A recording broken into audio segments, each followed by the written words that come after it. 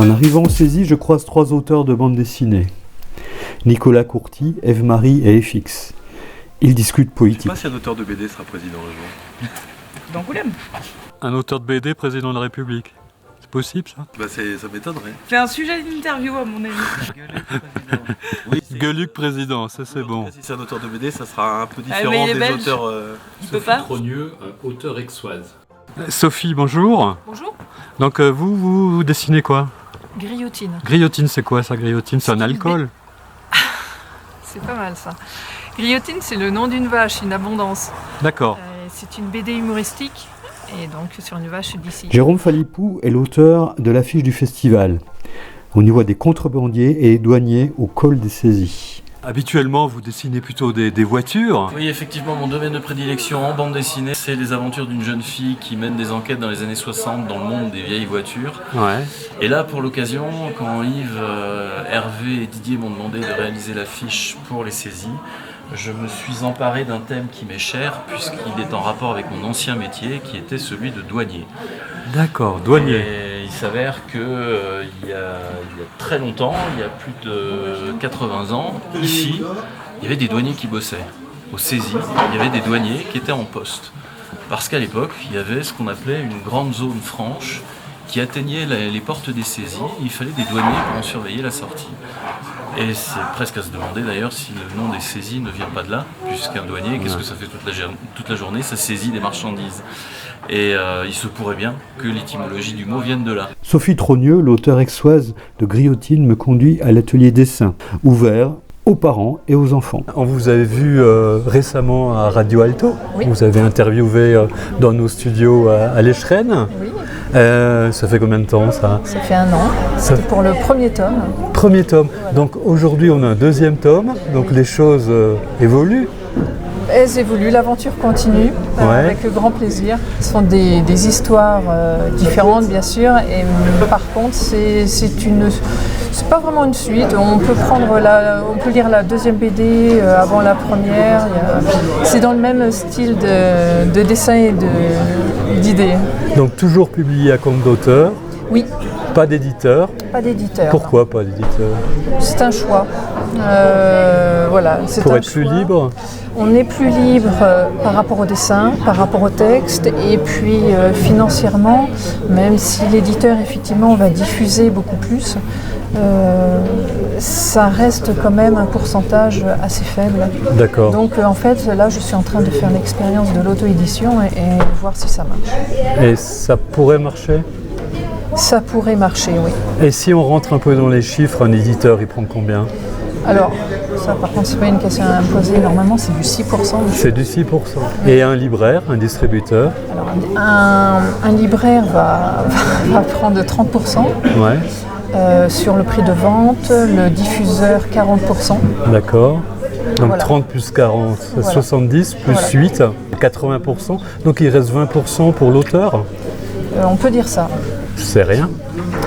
Par rapport au travail de fait, par rapport à la création, non, c'est pas Il beau. faut combien de temps pour sortir une bande dessinée comme Griotine? Le tome Alors, 2, en fait, combien de temps? Le tome 2, il s'est fait en 1 an parce que j'avais déjà des histoires, Ouais. histoires dans le tiroir. Par contre, le tome 1, il a pris des années parce que créer un personnage demande du temps et il faut le laisser maturer. Et là, voilà, là, ça prend des années. Un scoop pour Radio Alto, Oui. le tome 3. Ah, tome 3, c'est pas pour l'instant, c'est pas pour le moment. Alors je vais vendre le tome 2, voir comment l'aventure de l'auto-édition fonctionne et après on envisagera le tome 3. D'accord. Donc le tome 1, c'est Ça rumine dans les alpages. Ouais. Le tome 2, c'est Vue d'en haut, où on trouve un peu de neige. Oui, effectivement. C'était pour le festival de la BD des saisies que vous avez rajouté de la neige? Exact. Exactement, d'accord. Un jour, un libraire m'a dit, c'était cet été, il m'a dit ça serait bien que tu mettes de la neige sur la couverture pour les gens qui viendront cet hiver. Alors j'ai dit bon d'accord, j'en ai pas mis beaucoup, mais j'en ai mis un peu. Donc on va voir si ça marche. Exactement. Merci Sophie. Merci à vous. Griotine, mais je vous ai cherché dans le programme, vous n'y êtes pas. Non, parce que je suis... Putain, tu me coupes. T'es chiant avec tes questions de merde. On est en vacances pour une semaine. Voilà, et On ça est vous... ravis de cette animation. Merci bien. Bonne fin de journée. Oui, là j'ai fait l'adaptation des 3 derniers films Belle et Sébastien. Ah d'accord, vous êtes, rappelez-moi votre nom pour Radio Alto. Jean-Marc Stalner. D'accord. Et puis donc il y a eu 3 films qui ont été faits, on m'a proposé l'adaptation en bande dessinée, donc j'ai fait les 3 films. Ouais. Et puis donc sinon j'ai déjà fait une 50aine d'albums d'aventures et autres depuis 40 ans, bientôt 40 ans. Donc là on découvre quel personnage? Donc c'est Colin Tranchant d'une ancienne série qui était parue chez Dargaud. Ouais, chez Dargaud. D'accord. Chez Dargaud, et donc avec Daniel Bardet qui avait fait Les Chemins de Malfos. Oui. Et qui est un des grands scénaristes de ce métier. Et puis on avait fait sur cette série 4 albums ensemble, sinon on en a fait une douzaine ensemble. Donc dont le Bosch qui a été très, très reconnu dans les années 90. Et on peut dire que c'est quoi? C'est du dessin réaliste plutôt là. Moi c'est plutôt aventure réaliste. D'accord. Donc on peut dire que vous êtes une star, un vieux routier, un vieux de la vieille, oui. Un vieux de la vieille. Un vieux de la vieille, ça va très bien. Ça va très bien, d'accord. Moi je fais partie de cette génération où on vendait 15, 20, 30, 40 000 exemplaires. D'accord. Sans trop de problèmes. Belle et Sébastien, le tome 1, qui n'a pas été retiré, est à 20 000 exemplaires.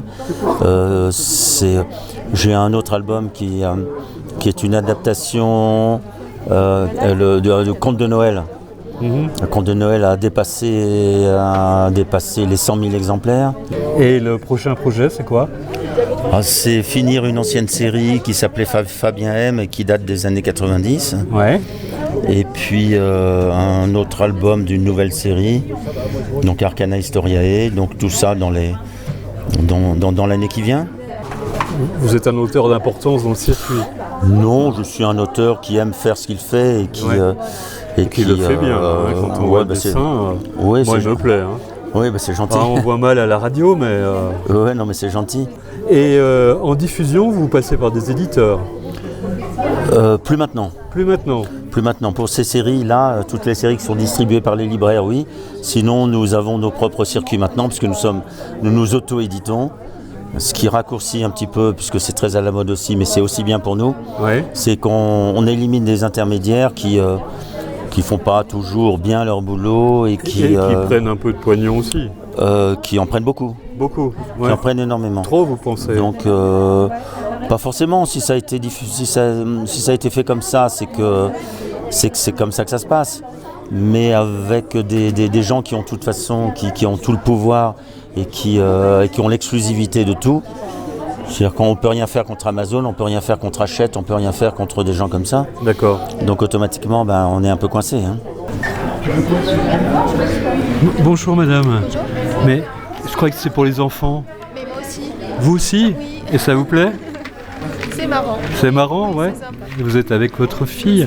Vous êtes en vacances ici. Vous voulez un exemple? Ouais. Un livre que je vais éditer maintenant à 1000 exemplaires me rapportera, ce sera plus long, mais me rapportera plus d'argent qu'un livre édité à 30 000 exemplaires chez un éditeur classique. Oui, mais est-ce qu'il n'y a pas un effet pervers, c'est-à-dire à terme la disparition des librairies? C'est leur problème, ils ne font pas tous leur travail non plus.